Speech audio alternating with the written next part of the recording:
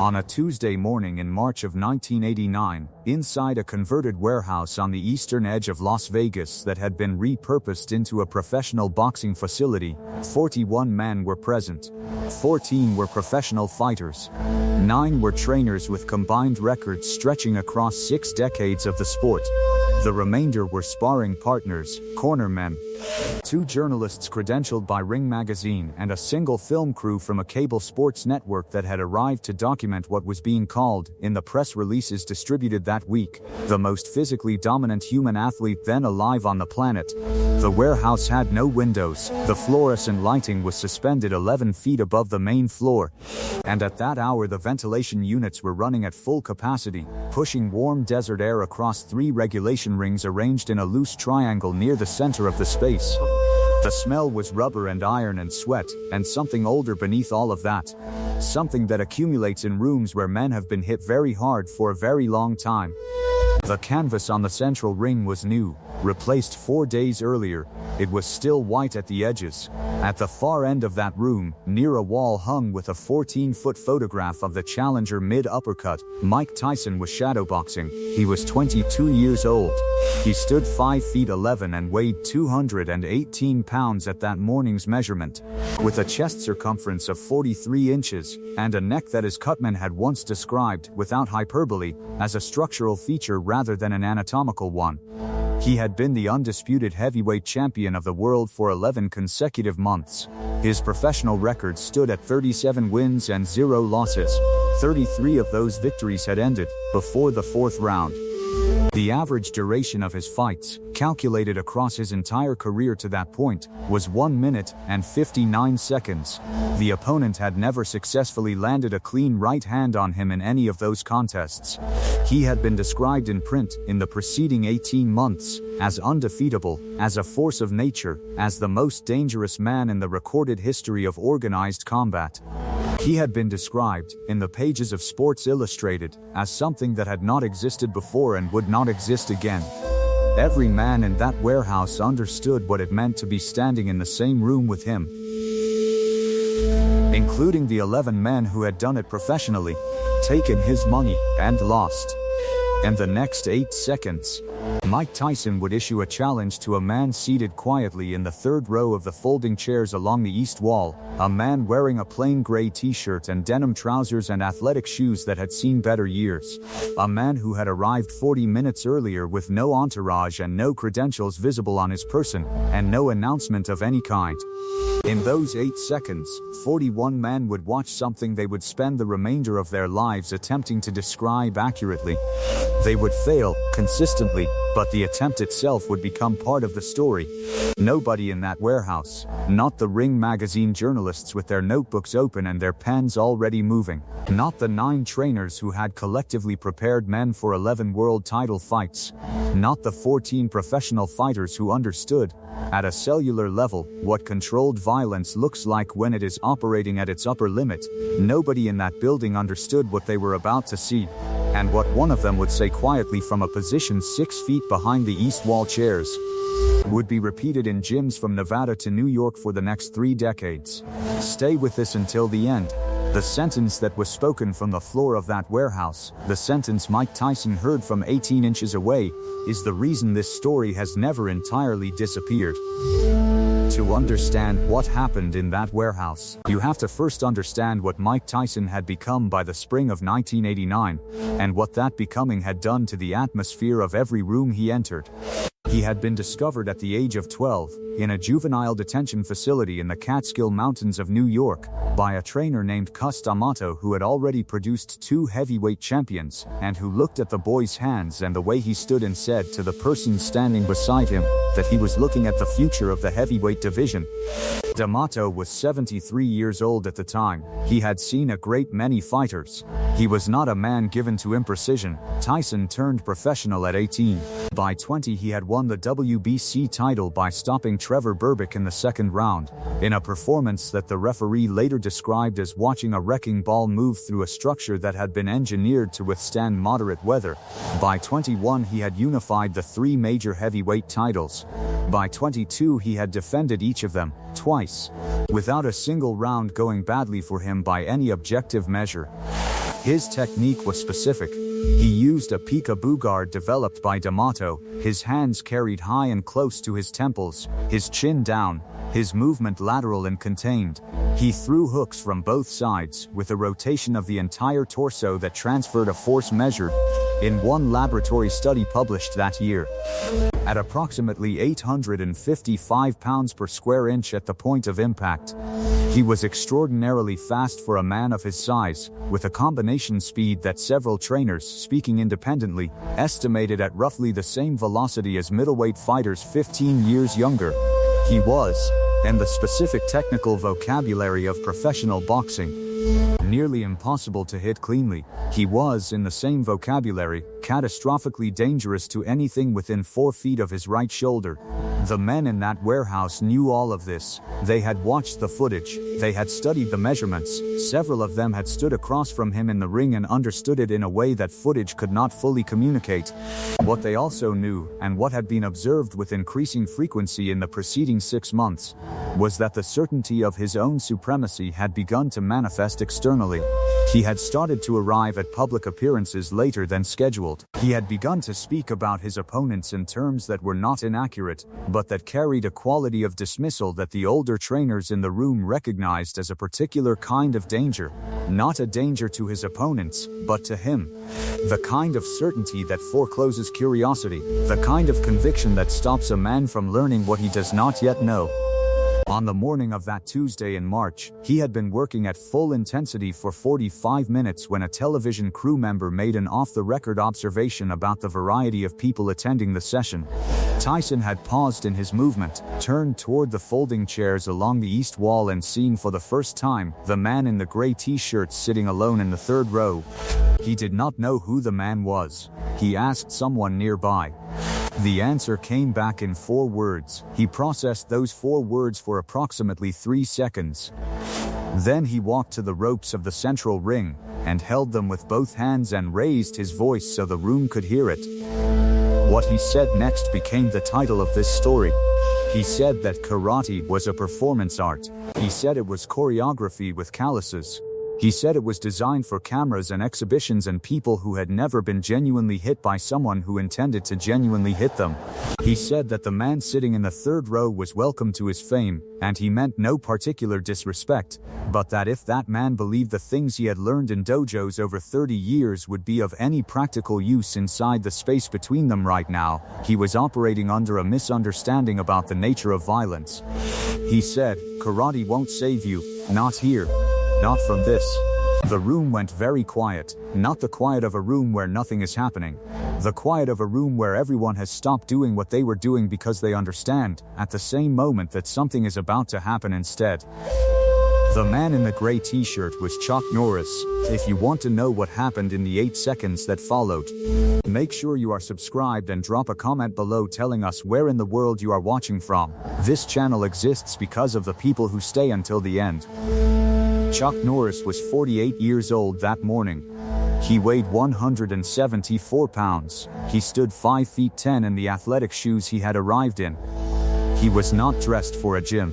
He had no team with him, no handlers, no publicist, no one to speak on his behalf, or arrange anything on his behalf, or manage the optics of whatever was about to happen on his behalf. He had been sitting in that chair because someone associated with the cable sports network crew had asked him, 3 days earlier, whether he would be interested in observing a Tyson training session for a brief commentary segment.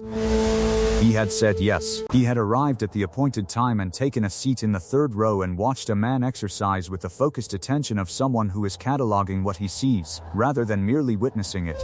He did not stand when Tyson began speaking. He did not respond immediately. He sat for a moment that several witnesses later estimated at between 4 and 7 seconds, which is a very long time to sit in a room of 41 people where everyone is watching you process a public challenge. Then he unzipped the light jacket he had worn in from the parking lot. He folded it once lengthwise along the seam. He set it on the chair beside him with a deliberateness that was not theatrical. He stood. He had already lost. Mike Tyson did not know it yet. Among the 41 men in that warehouse, approximately 9 recognized Chuck Norris on sight without having been told his name. Of those 9, 6 had some working knowledge of his martial arts record beyond his film work. Of those 6, 2 had a specific knowledge that is worth pausing on. Chuck Norris had won the Professional Karate Association middleweight title in 1968, and had not lost it until he retired from tournament competition, undefeated, in 1974. His competition record across that period included victories against fighters who were, by any contemporary professional assessment, among the finest point fighters and full-contact competitors then practicing in North America. He had trained in Tang Soo Do under Korean masters, had supplemented that training with Judo and Brazilian Jiu-Jitsu at a time when most American martial artists had never encountered either discipline, and had cross-trained for 2 years with a former Special Forces hand-to-hand combat instructor, whose own record in non-sport contexts was not publicly documented but was understood among the people who knew him to be considerable. He had also spent 12 years making films that required him to perform at speed and under physical pressure with trained fighters acting as stunt partners, which had produced in him a particular quality that experienced fighters recognize, and that is difficult to articulate in non-technical language. The easiest way to put it is this: he had been hit, regularly and with intent, by people who knew how to hit, not in the controlled sense of sparring with a cooperative partner. In the specific, abrupt physics of the matter sense that resets the nervous system's threat calibration. He understood what contact felt like from the receiving end. He understood it in a way that many decorated martial artists, working primarily in point systems, do not. He walked from the third row of folding chairs toward the central ring at a pace that was not slow and was not fast. It was the pace of a man who has already decided that the distance between where he is and where he is going is a fixed and manageable quantity. He stopped 8 feet from the ropes. He said, "All right." What followed occupied 8 seconds of clock time in a room where time had, for all practical experiential purposes, expanded to accommodate something larger than 8 seconds normally contains. A fight, the older men in that room understood, is not 2 men striking each other. A fight is a series of decisions made at a speed that forecloses conscious deliberation, each decision shaped by the information available at the quarter-second level rather than the second level, each one building on the one before it, in a chain that is visible only in retrospect. What the observer sees is the end product. What is actually happening is a negotiation, conducted without language, about the single question that underlies every physical conflict: who controls the distance between us? And what does that distance become at the moment of maximum commitment? Mike Tyson's answer to that question, across 37 professional fights, had been consistent and total. He controlled the distance. He compressed it. He made it his. He moved inside the striking range of every man he had faced, and he made the space between them his property. And he operated in it with a fluency that his opponents could not match, because they had not been designed, physically or temperamentally, to operate in that space with another person who was designed to be there. What Chuck Norris understood, and what became visible in the first 2 seconds of what followed, is that there is a specific geometry to the way Mike Tyson initiates compression. There is a tell in the shoulders. There is a shift in the weight, subtle, perhaps 2 inches of displacement at the hip, that precedes the commitment to close distance. It is a tell that Tyson's opponents had largely failed to identify, not because it was invisible, but because by the time they were processing the information, the compression had already happened. Second 1, Tyson moved. The shift in the hips preceded the shoulders by roughly a quarter second, and in that quarter second, Chuck Norris was already moving. Not backward. Laterally, to the left, at an angle that had been calculated, in the fraction of time available for calculation, to put him outside the natural line of the incoming right hand. Tyson's weight had committed to a direction. The direction no longer contained its intended target. At the south side of the ring, a trainer named Deshaun Walters, who had been working corners professionally for 19 years, and who had prepared 4 fighters for world title bouts, set down a roll of athletic tape he had been handling. He set it down on the ring apron without looking at it. His eyes did not move from the space in front of the central ring. Second 2. The commitment that Tyson had made to his first movement had to be resolved before a second movement could begin. Physics is not negotiable in this regard. During the resolution of that first movement, Chuck Norris had arrived at a new position. The new position was specific. It was inside Tyson's left shoulder, at a range where the left hook could not fully extend, and where the right hand would require a rotation that was not available from the current weight distribution. At the north end of the room, one of the Ring magazine journalists had stopped writing. His pen was still touching the paper. He had not noticed. Second 3. From that position, with Tyson in the process of resetting, Chuck Norris's right hand moved, not at full extension, not with the visible loading and rotation that telegraphs a committed strike. It moved as a question rather than a declaration, an open palm touch to the left side of Tyson's jaw, at approximately 40% of available force, enough to communicate the fact of contact. Not enough to constitute any form of actual attack. A martial artist's notation, a teacher's mark on the margin of the page. It landed, cleanly, in the space where the chin was, at the moment it was extended in the reset. The room did not make a sound. Second 4. Tyson reset. He was 22 years old, and he had the reflexes of 22 years old in the physical condition of someone who had done almost nothing but train since the age of 12. He processed what had happened. He recalibrated. He moved again, this time with a different geometry. The peekaboo guard tighter, the chin lower. Second 5. The lateral movement repeated. Different angle, same principle. The same quality of precision applied to a new configuration of available space. Tyson's second committed movement found the same result as the first. A target that had been present at the initiation of the commitment was not present at its arrival. Second 6. The left hook this time. Full rotation, genuine commitment. Thrown at a range that should have connected with the right side of the rib cage if the target had maintained its position. The target had not maintained its position. The hook passed through the space where the ribs had been and found the air that had replaced them. At the east wall, nearest to where the jacket was folded on the chair, a sparring partner named Marcus Ellison, 24 years old, 6 feet 2, who had been working with Tyson for 3 weeks and who had been hit by Tyson on 14 separate occasions during those 3 weeks, exhaled a single breath through his nose. The sound of it was audible to the 3 men standing closest to him. Second 7. Chuck Norris was standing directly in front of Mike Tyson, inside the guard. At a range that in any other context would have been the most dangerous place in the room to be standing. He was not touching him. His hands were at his sides. He had not raised his voice. He was looking at a point slightly below Tyson's left eye, with the quality of attention that a craftsman brings to a detail that requires assessment rather than judgment. Second 8. He took 1 step backward. Exactly 1. He returned his hands to a neutral position. He stopped moving. The gym fell silent. Not the silence of confusion. The silence that settles in a room when 41 people have all understood the same thing at the same moment, and the understanding has not yet finished arriving. Mike Tyson was on the canvas of the central ring. He had not been struck. He had not been swept, or thrown or put there by any application of force. He had put himself there, in the process of his third committed movement, when the weight distribution required for that movement had encountered the absence of the thing he had committed to reaching, and the momentum had resolved downward rather than forward, into the new canvas that had been laid 4 days before, which was still white at the edges. He was on one knee. His right glove was on the canvas. He was looking up. Chuck Norris took no further step. He did not extend a hand immediately. He stood where he was, and let the moment exist in full before he altered it.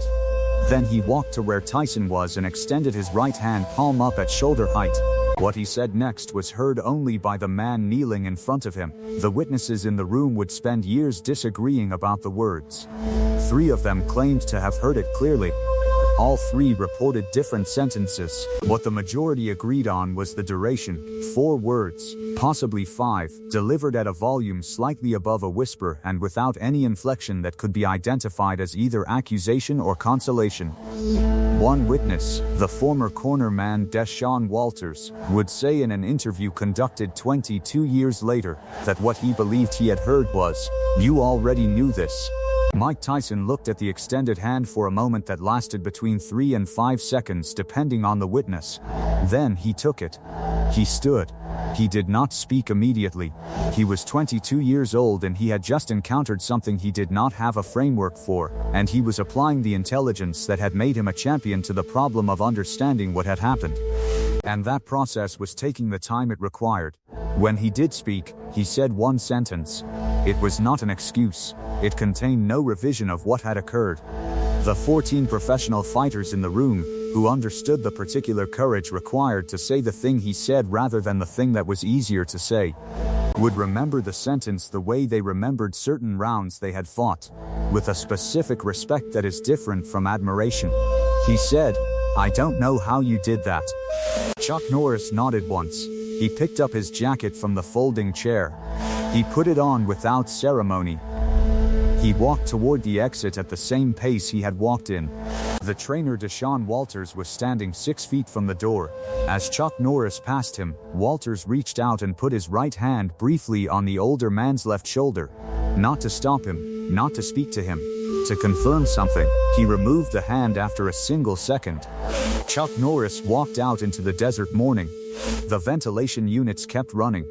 Somewhere to the east, on the boulevard that ran past the warehouse, traffic was moving at the same rate it had been moving before any of this had happened. The light was flat and white over the parking lot. The 41 men in the warehouse did not resume their work immediately. Deshaun Walters told 3 fighters what he had seen before the end of that day. One of those fighters told his trainer.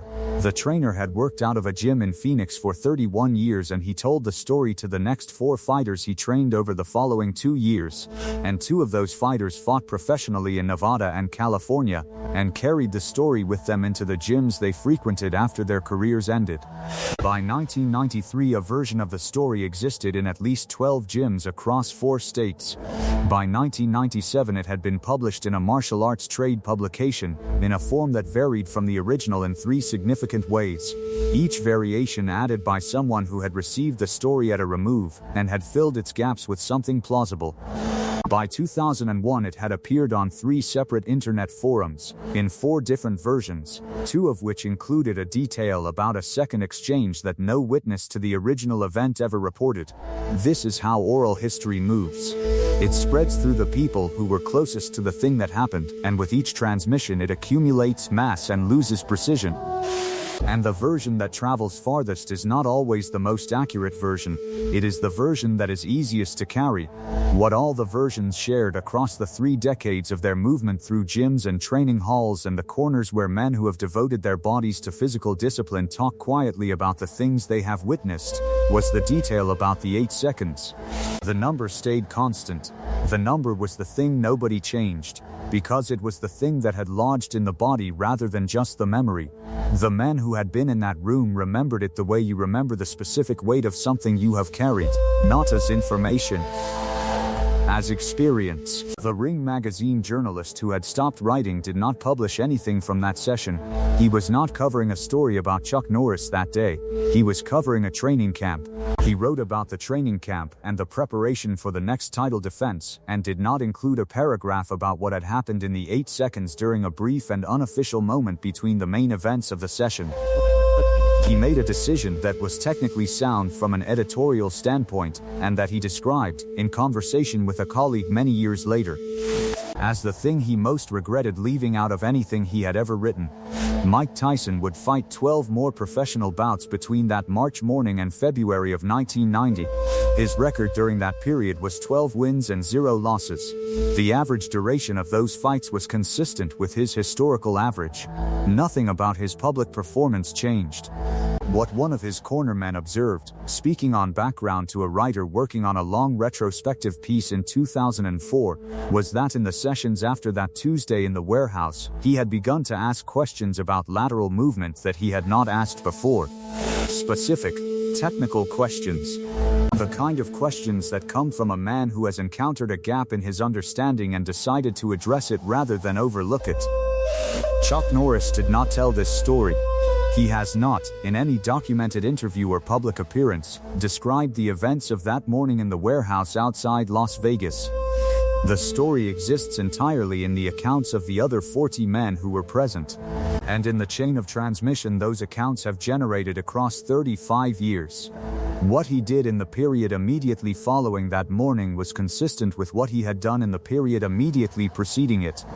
He continued to train. He continued to teach. He continued to accept invitations to speak in schools and youth programs about the relationship between physical discipline and the management of the self.